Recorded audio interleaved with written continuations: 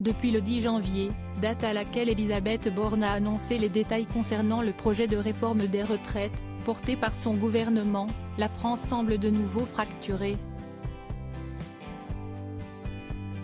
De nombreux syndicalistes et travailleurs sont opposés à ce report de l'âge légal de fin de carrière fixé à 64 ans.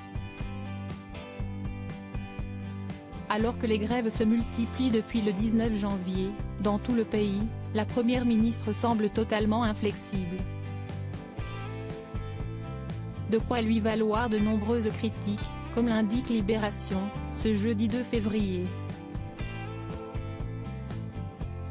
Nos confrères se questionnent sur un éventuel effet Borne, en s'intéressant à l'attitude froide et déterminée de la Première ministre.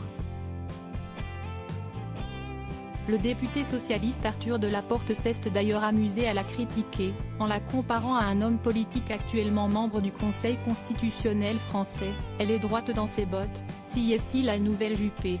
Sur sa lancée, le jeune homme de 31 ans, qui représente la deuxième circonscription du Calvados, a également estimé que la stratégie du bras droit d'Emmanuel Macron n'est probablement pas la bonne, quand on donne l'impression que le sujet central d'une réforme n'est pas négociable, on fonce dans le mur.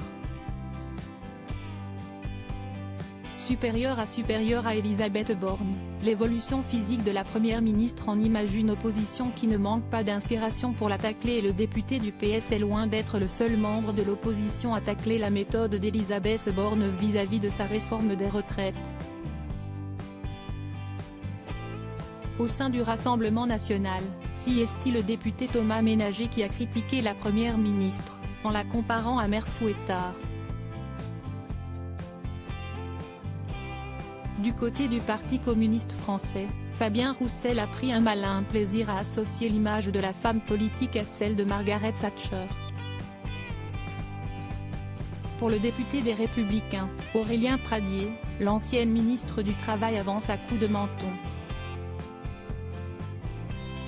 Pas de quoi faire reculer l'intéressé, qui a l'air particulièrement décidé à aller au bout de son projet, aussi impopulaire soit-il. Article écrit avec la collaboration de 6 médias Crédit Photo, Jonathan Reboa Panoramique.